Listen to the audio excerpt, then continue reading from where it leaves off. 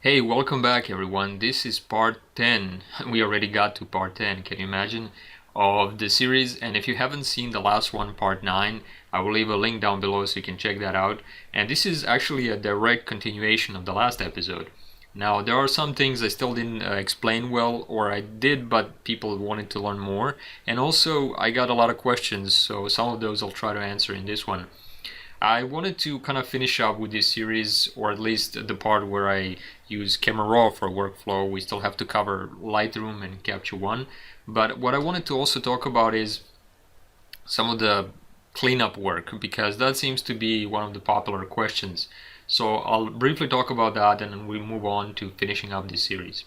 If you remember in the last episode, what we did is we basically got to a point where after different raw conversions we got to this point, and then we realized that, or should I say I realized that the image lacks consistency in color and tone. There are some, red patches here. There's just his leg, for example, is very yellow and very bright compared to the rest of his body. And there's a skin complexion difference between the models, and the list goes on. So typically I would want to create a solid foundation to give me a peace of mind, a place where I don't have any noticeable color contamination, where I don't have any inconsistencies between the color and tone, and that will be something like this. This doesn't look great, but it's a great starting point, and that's what we covered in the last episode. Now we're going to talk about the other two, cleanup and color correction. We have covered this in the previous episodes, but there are a few things I didn't talk about, kind of like I want to mention it here. And also I got some new questions people asked me, so I'll try to answer that as well. And then we'll try to finish up this series with some finishing touches. Alright, by the way, my name is Krunoslav Stifter, and welcome to my YouTube or my blog, depending on where you're watching this. I will leave a link for all the different episodes down below, so you can check that out if this is the first time you're coming in contact with this series. Also, if you could give me a like, I would appreciate that. If you have any questions or feedback, that's also very much appreciated. And if you find this worthy, please share it with your friends, because the more people see this, the more I'm able to create new videos. And of course, if you like to receive more of these videos, please subscribe, and that way it will get to your inbox and you'll be notified every time I update.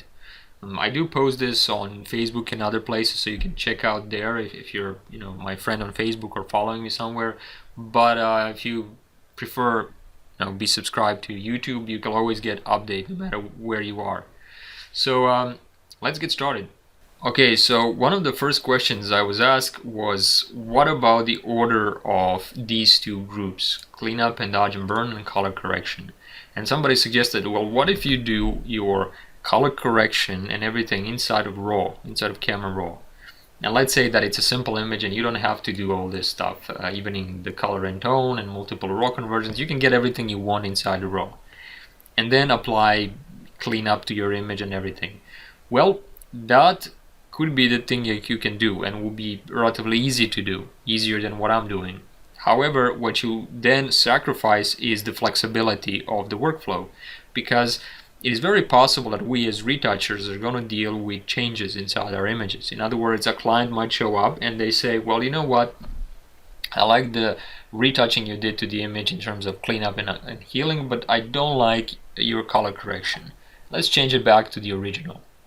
Well, if I did my cleanup and dodging and burning, here, and then I change the color, you can see that I have a problem, because the source of the cleanup and dodging and burning was when the image was different in terms of color and tone.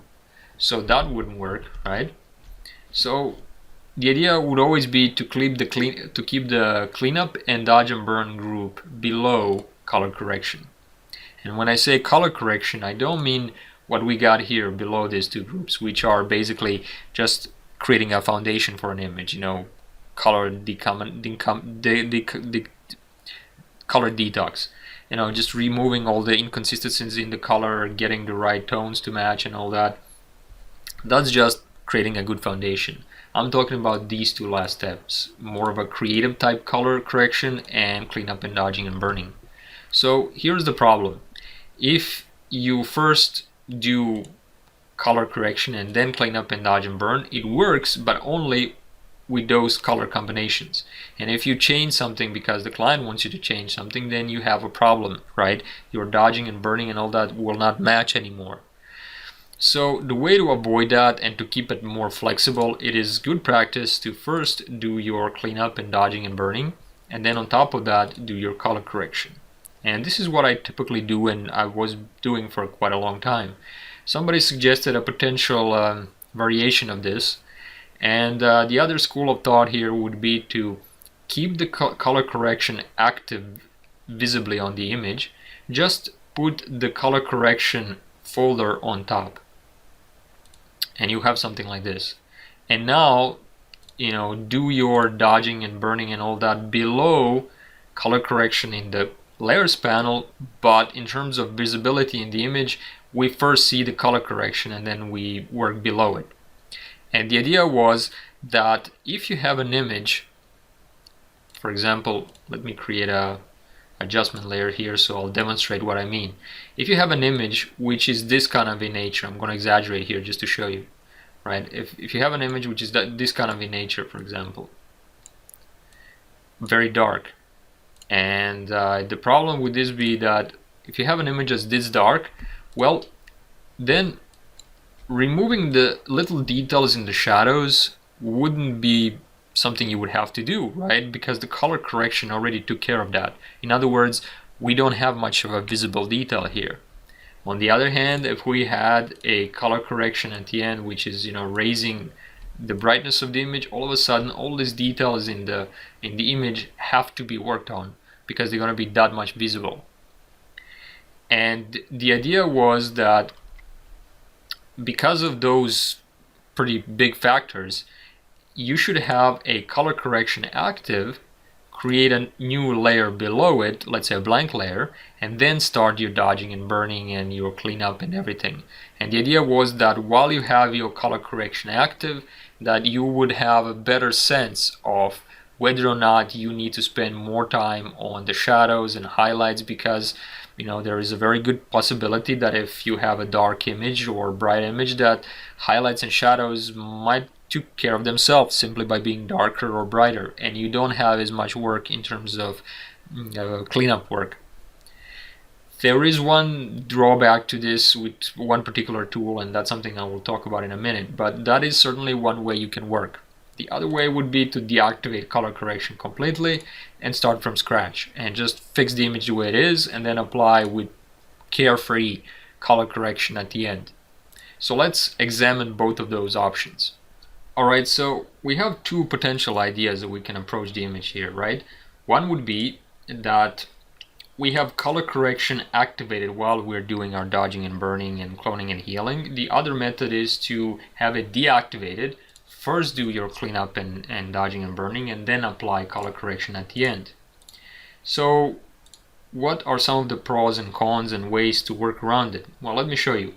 So the first method would be to try to do it more flexibly, and that would be to have just a blank layer, and then on top of that activated color correction like we see here. And as I explained, the idea behind this is that then we would have already contrast in saturation and all those adjustments applied, so we would see better where we need more or less work in certain shadows, highlights, and so on, and this could save us some time. However, there is a problem when you're working like this, and there are a few workarounds. So before I continue, I just want to also point out that what I'm showing you is a good practice to learn. However, depending on the severity of the color adjustments, you may or may not have to worry as much about the order of different layers. You can get away with sometimes with not being so careful, but I think it's good practice to learn right from the start. Okay, so I'll zoom to this area here, and let's say I want to clone out this little patch here. Okay, well, I have my color correction active, I have my blank layer below it, and this is the one I'm going to be working on. Now, of course, if I choose my clone step tool, I have here under option sample all layers, which means visible and everything below and above it, so anything that's visible. I have current and below, which is basically work on this layer and take into account anything that works below it. And then we have current layer, which doesn't make sense because we're working on a blank layer, so we don't really have anything to source from. So let's start with all layers and let's see how that works. Now remember, I'm working on a blank layer which is below the color correction group, but the group itself is active. And to exaggerate this, I'm gonna create a really wacky adjustment here just to give you a more clear view of what I'm doing. Go back to my blank layer and I'll sample a point here and I'll paint over this area. And here's the problem. First of all, we can see that the color don't match, that it's actually very much oversaturated. So if I deactivate my color correction, you can see just how severe the problem is. So why is that? Well, that's because it also samples the color correction and it's just not working. It's not going to match it well. Now there is an option to avoid this. So if I go back, there is an option here. You might have missed this icon. And if I hover over it, it should give me a pop-up. Turn on to ignore adjustment layers when cloning. This could be something, right? So let's see how that's work.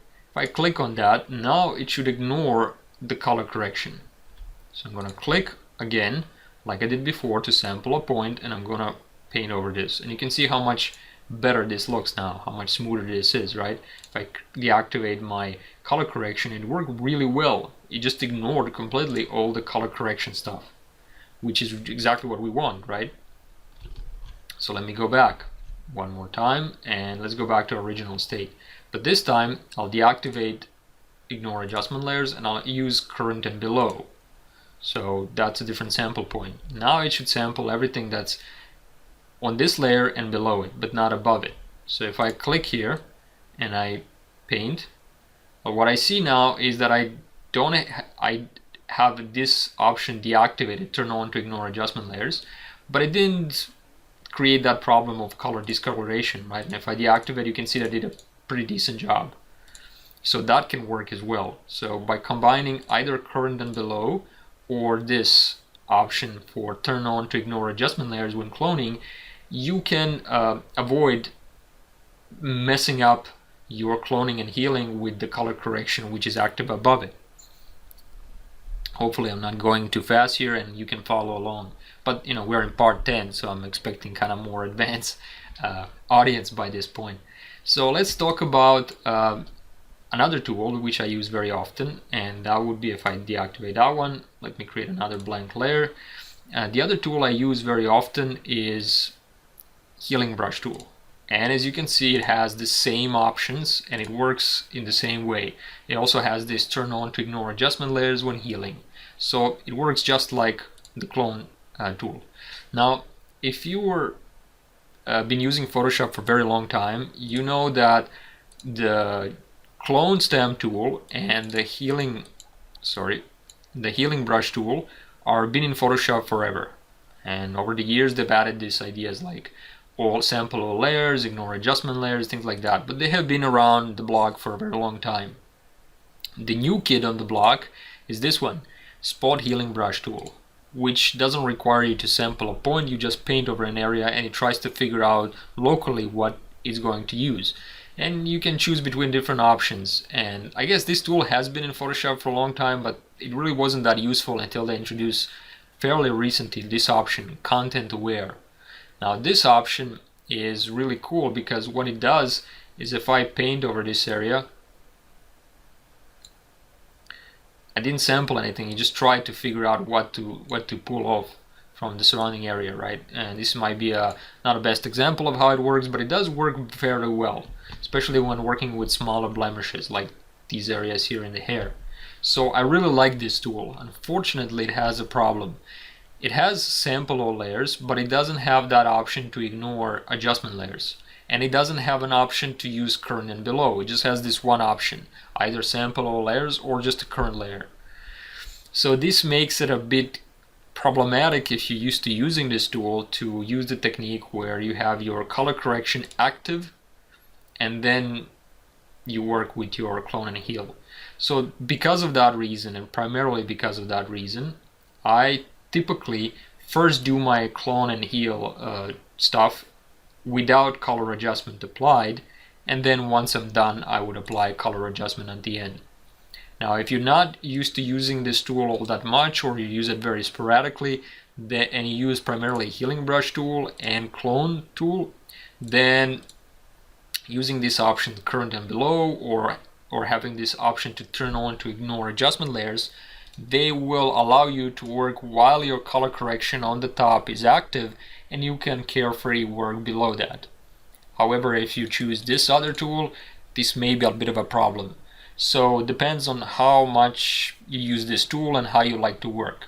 I personally use this tool quite a bit, so for that reason I tend to work on my clone and heal things first, and then apply color correction at the end.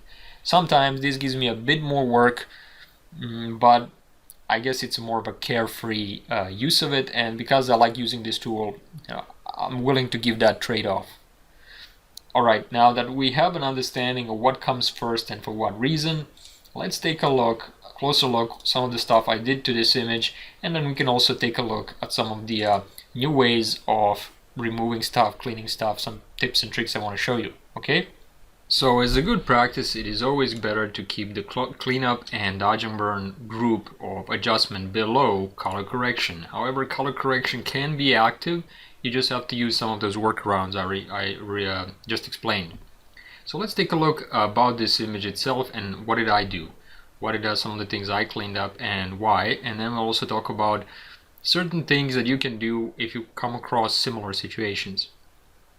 So for the sake of better visibility, I will deactivate color correction here and also clean up in dodge and burn. So this was the image after evening out the color and tone, and then I worked on trying to basically clean up the image. Now remember the first rule, right?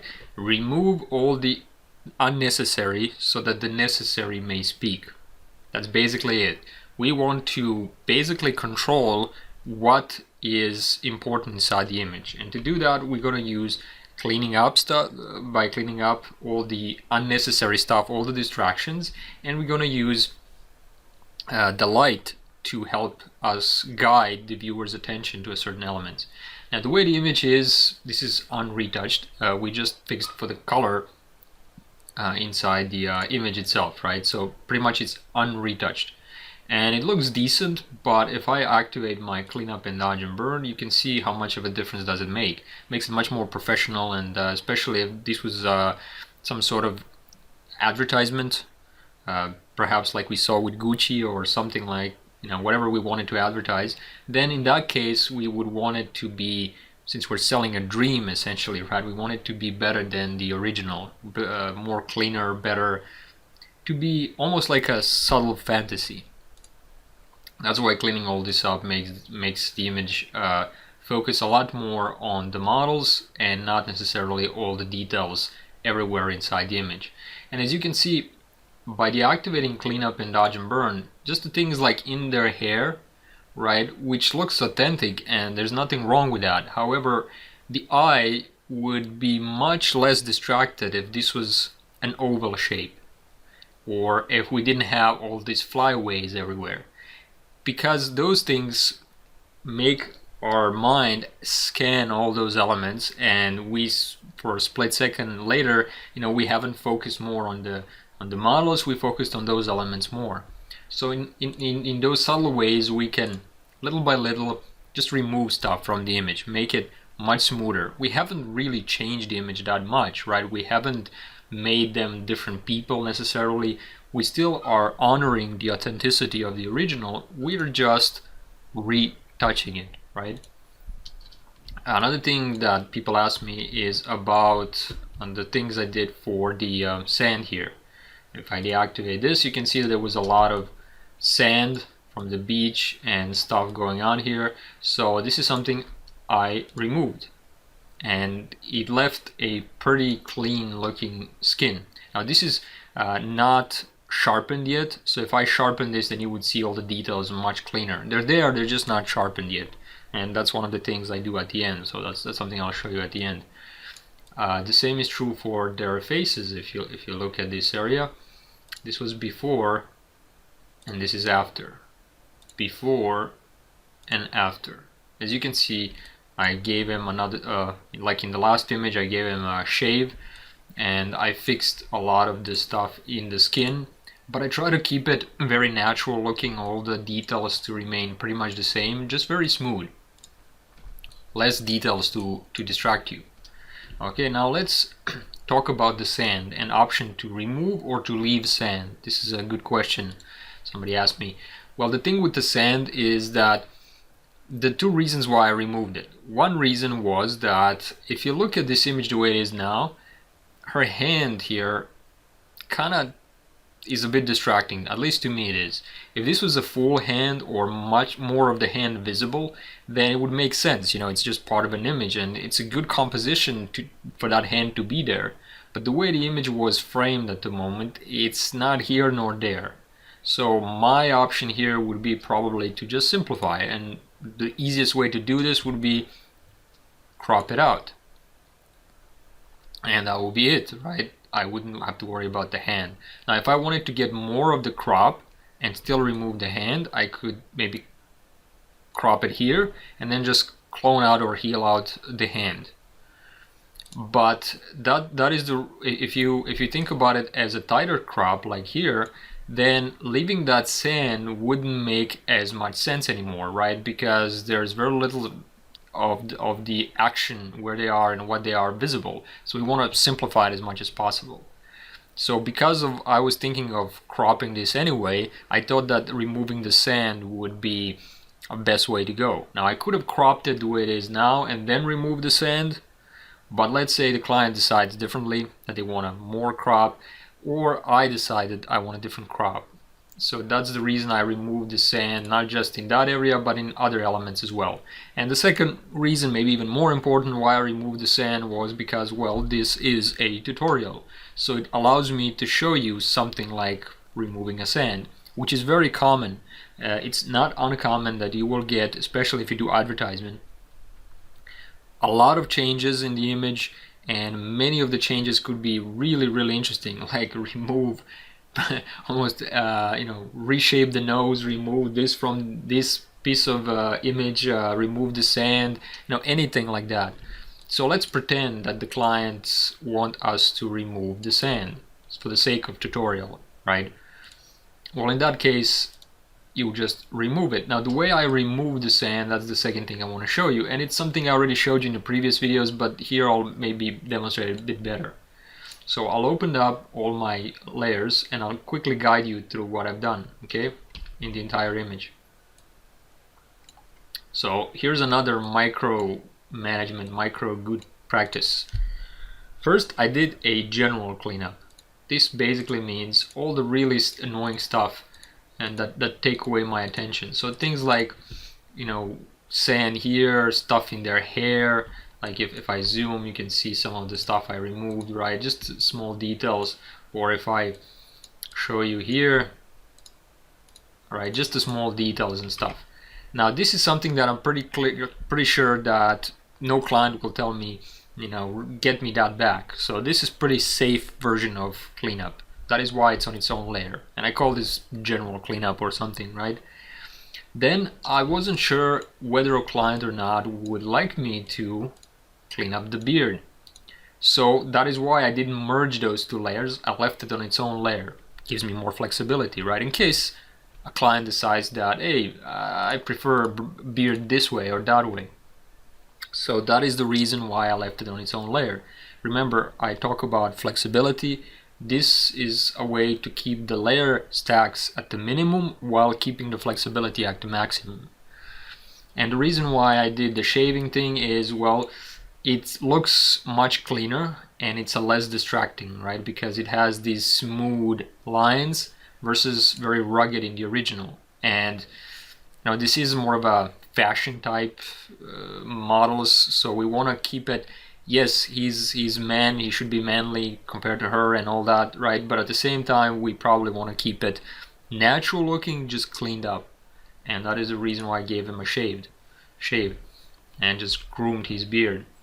And then the other part was grains of sand, because of the reasons I mentioned before. So I had that on my own layer, and if I at any point decide, well, maybe I can get some of that sand back, well, here I can. Again, flexibility, right? That's why it's on its new layer.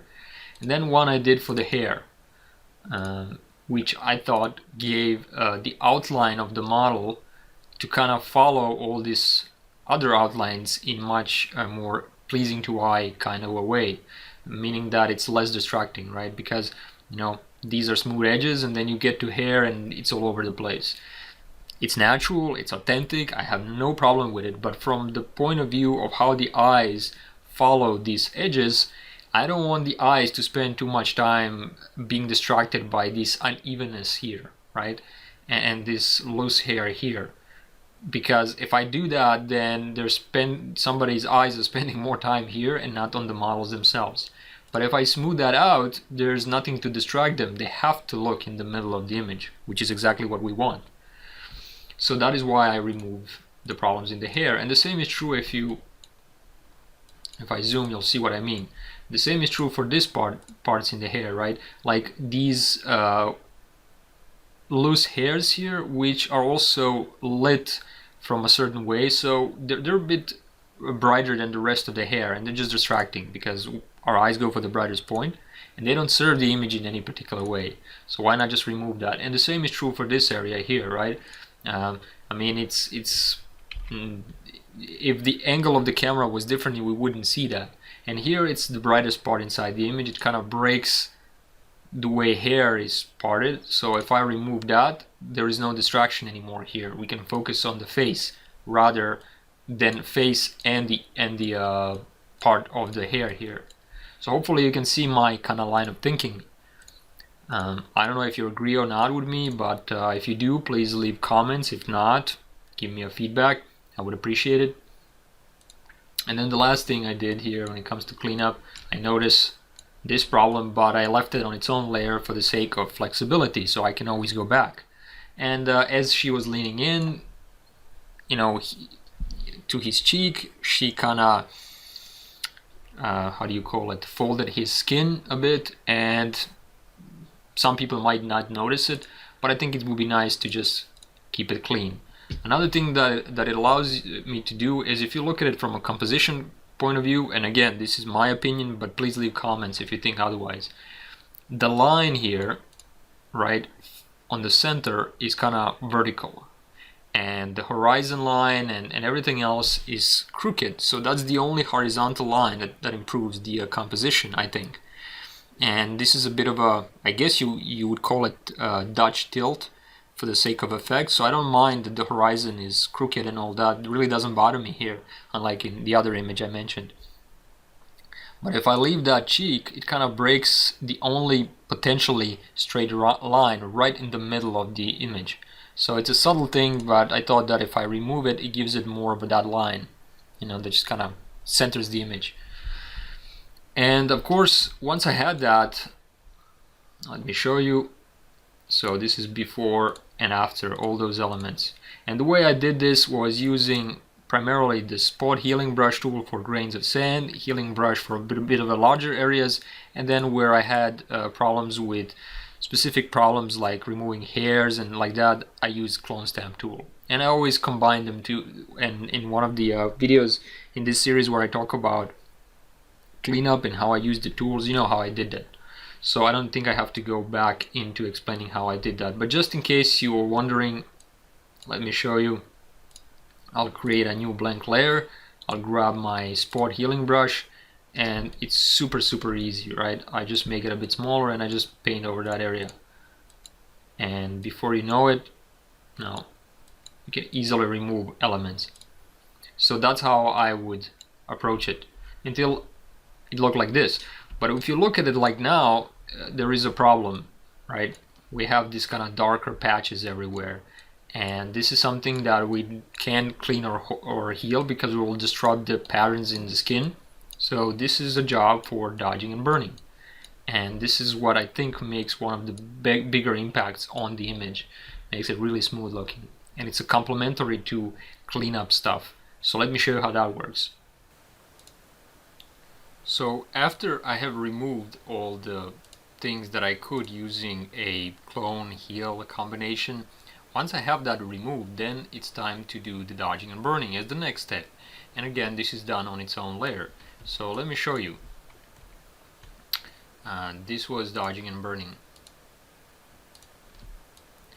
So let me show you here, before and after, before and after, or here, before and after. You can see how it smooths it out but leaves all the shadows and tones within the image as well as the underlying skin texture intact. Now this is something that some people are going to be, how should I say this, tempted to use the so-called frequency separation. I say so-called because there are different versions of it.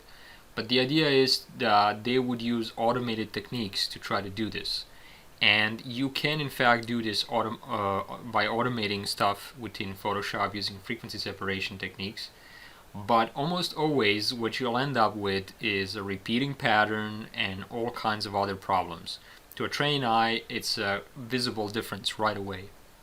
So that is why the frequency separation is famous, both famous and infamous. It's famous because I would say that a lot of people teach it, especially these days, and it's advertised as this quick way to fix things. And it's also at the same time it's infamous because those of us who use more manual techniques to get better professional results, we see people who use frequency separation and it's immediately visible the difference. It's much inferior result. So I would suggest that you don't use it unless you really are skilled with it. And there are ways to use it safely, but they are not very common. It is much more common to see people use it wrong way. And I think that's why it's starting to get more and more bad rep, both famous and infamous. I know I opened up a can of worms. I know I opened up a Pandora's box by mentioning this topic because there's a lot of controversy surrounding it. But it is something that inevitably I'm sure people would ask me. So if you wanted to post comments, this is me answering for you. I don't use frequency separation, or very rarely in certain cases, certainly not something like this. I rely more on dodging and burning, the pretty basic technique, pretty manual technique, but it produces the best results because I get to choose what I'm going to do with the image, not the program.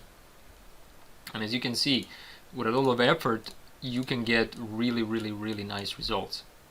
And if I try to use an automated technique here, like split frequency or something like that, or an inverted high pass or something like that, I would probably not. I would change the texture of the skin, and I would even out elements that I don't want to even out. If I do it sporadically, if I do it in patches with different radius values, I might get better results, but still, it's a very dangerous thing to do. So I prefer, in case you want to know, I prefer manual, no shortcut dodging and burning. And for professional looking results, that is what I would recommend. So let's go back to our talk about dodging and burning and what I did here. Now, as you can, of course, imagine, let me zoom to a 50%, and what you see here is that the shadows and highlight that define the face have not been altered, right? And also the skin texture hasn't been altered. What has been altered, and I think you can really see this if I zoom in, is those little darker patches that we all have in our skin. So if I, or maybe I can show it here as well, right, just those darker patches. And if I go to our friend the mannequin to demonstrate this once more time, I'm going to zoom to 100%, and of course this is just for illustration purposes, this is a mannequin doll and it's made out of plastic, so it has no texture. To illustrate this, I added some noise. This is the skin pores texture illustration. And of course we know that we also have different kind of shadows and highlights that define this. And on top of that, we also have actually in between those really highly visible shadows and highlights that define the face, and in between the small pores and details, we have this kind of like a darker patches. Now this is exaggerated just to kind of illustrate a point. You remember this, right? From where I talked about this few times, I think now. But that's the problem we have, and that's the one we want to remove. When you use split frequency or something similar to that, you are basically dividing the image into different details or frequency of detail, high frequency of detail, low frequency, and so on and so forth. And the idea is to attack the one in the middle, to be very specific with what you're attacking.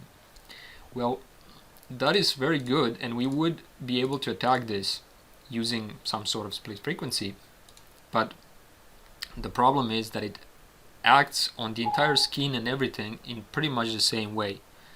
So the way to avoid this would usually be to use manual techniques, and one of those is dodging and burning, which allows us to do the same thing but much more precisely and gives us much better results. However, if we wanted to use split frequency or some kind of method like that, I would highly urge you to be very sporadic with it, to do it very locally with a brush, and to use various radius options, radius values when applying it on different parts of the skin depending on the need. But even if you do all that, I still see people who, even with all that care, can get repeating patterns and problems in the skin. But with dodging and burning, especially if you use it properly, this is very unlikely to happen because you get to decide where each brush stroke goes, and this gives you tremendous flexibility, right? So it requires more time, it's more time consuming, it requires usually more skill, but it certainly gives you much more professional and better results. And ultimately, all the high-level professionals that I know ultimately rely on dodge and burn as their main tool in this, because it's still, I don't know any other technique that's that effective. It is time consuming and it does require skill, but it gives you the best results. Now here it is. I mean, this is what I would do, right? I would leave the original texture intact. I would leave the highlights that define and shadows that define the shape of the face intact. All I would focus on is removing this darker patches. They're almost like garbage, stuff, junk we don't want. And if I look at here, that's what I did, right? I just removed those. So that's how dodging and burning is kind of used when I use it here. You can see how I just removed those darker patches, and everywhere I go inside the image you can still see the same thing. And in case you're wondering, I think it took me perhaps for this maybe about an hour and a half, 2 hours with little breaks to do the dodging and burning part, but I was quite precise because actually I think I even reduced the opacity a bit because I went too far. But if I go to opacity 100, you can see that I did use quite a bit of detail work here, and especially on her, because she's a female, so maybe made it slightly more smooth, just to kind of give her the separation between him and her maybe a little bit more. But basically I think it took me about an hour and a half without breaks or so. If I were really in a hurry and if I was really doing this every day, I could do it within an hour probably. It might take you longer, but it certainly gives you the best results. So let's go to what it was, 80%. And of course that's the thing, if I went too far like I did in the original, I thought that I maybe went slightly too far, so I reduced this to about 80% opacity to blend it with the original a bit better, and that's it. That was my dodge and burn on top of everything, and I think it gives the image much smooth results. So if you go back and we look at the image with all the problems that we had, with all that sand and stuff that we wanted to remove, well, first of course was the removal using the clone and heal, and then once you have that, so this was the clone and heal, and then all these darker patches in the skin, boom, that's done with dodge and burn.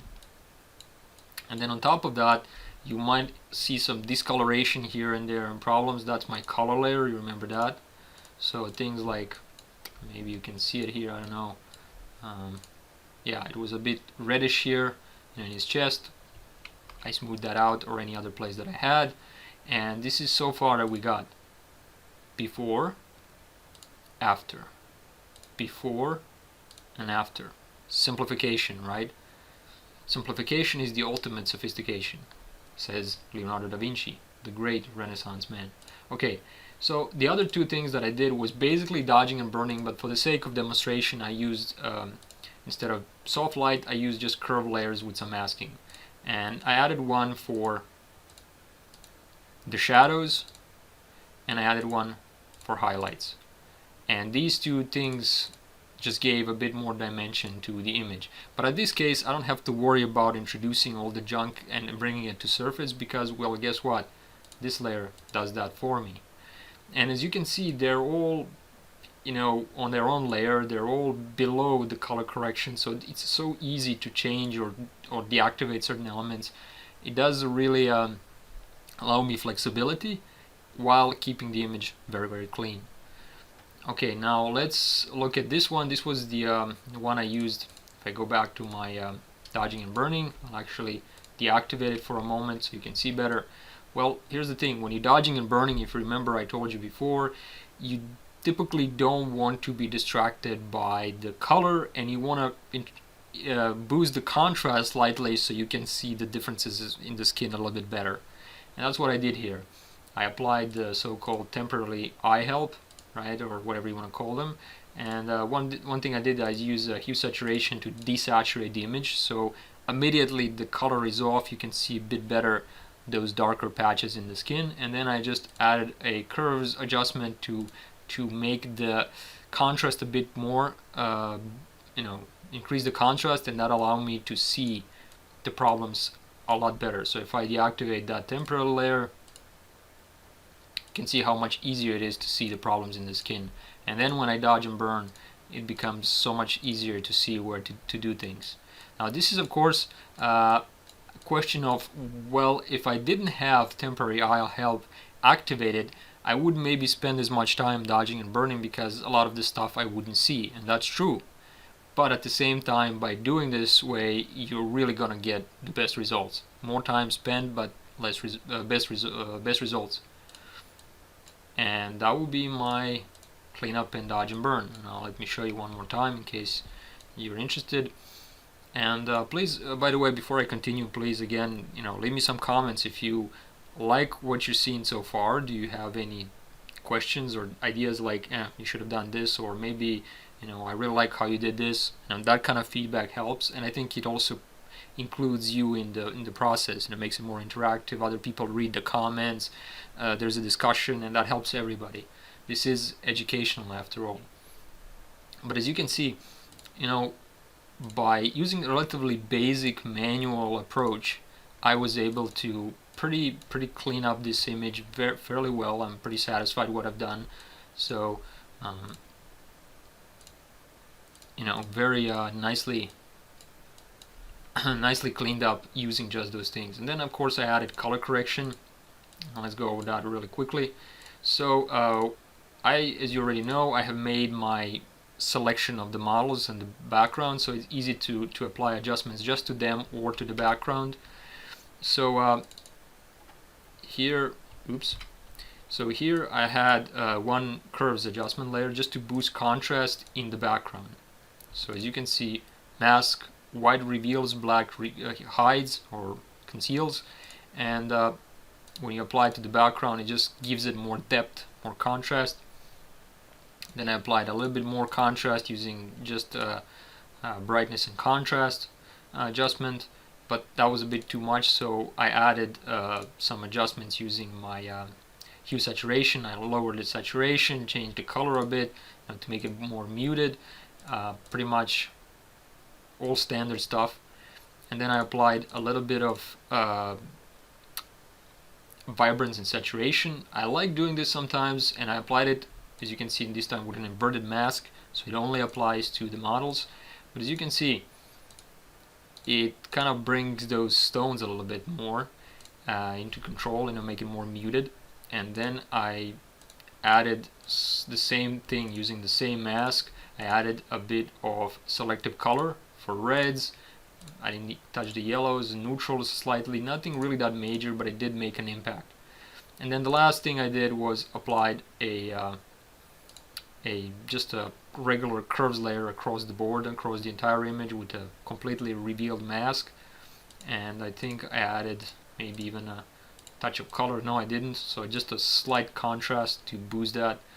And also remember, this image is going to get printed, so you have to consider the output. And if you add a bit more contrast, the thing is that when this gets printed, the paper has smaller dynamic range than the monitor. Therefore, the contrast on paper will be less than it is on screen. So if you calculate that, having a bit more contrast perhaps than it's necessary slightly, it's not a bad thing, because it will be lost during the print, it will be reduced during the print.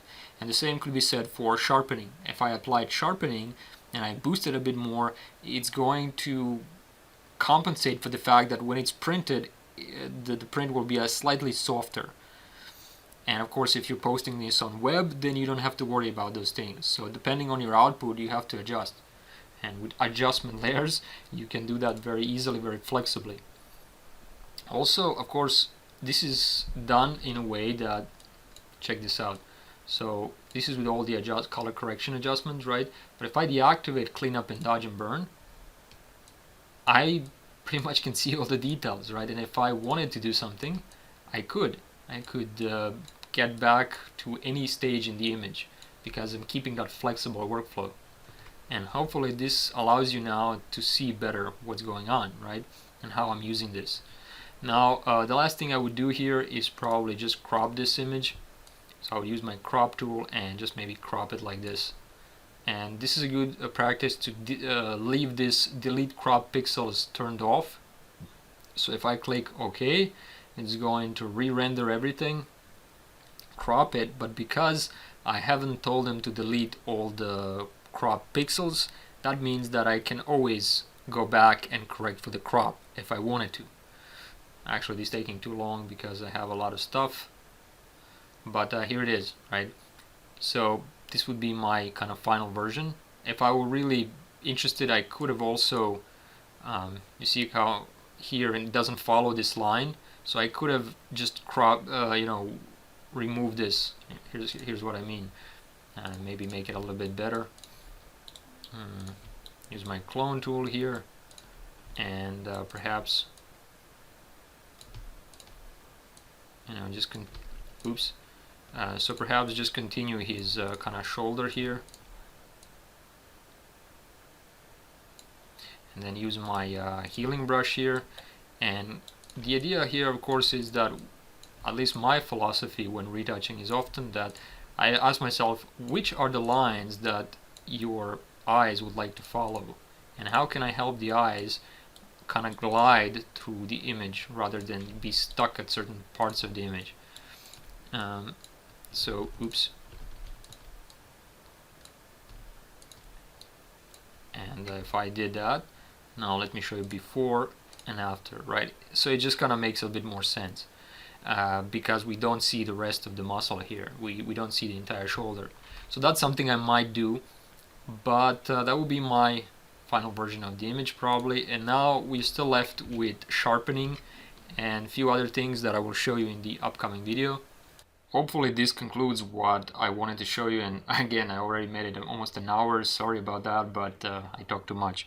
Anyway, hope you enjoyed this, and see you in the next one. I have still some things to show you, especially regarding print, color management, and use of other things that are more technical but very important to preserve your work and present it in the best quality possible. So we'll cover that in the next episode. Also, I would like to encourage you again to comment on this image. If you like it, didn't like it, what would you change, what wouldn't you change, what did you learn? All of that information really helps me out. So, and also everybody who reads comments also can learn something between different interactions between you and me. So just whether you see this on Facebook or you see this on my blog or you see this on YouTube, please don't be afraid to speak up. So see you in the next one. Thank you for watching, and if you see any videos that you like on my channel, please give me a thumbs up, click the like button, share it if you like with your friends, spread the word, leave a comment, give me some feedback so I can make better videos. And if you like to receive more videos that I upload and get a up-to-date state on my channel and the tutorials I make, please click on the subscribe button. And here's a really interesting thing I would also recommend. You see this little icon here, this little wheel? If you click on it, there's an option called Send Me Updates, and you click just Save. That way you will get updates to your directly to your inbox in your email, not just on the channel update, and you will never miss a video. Thank you for watching, and see you in the next one.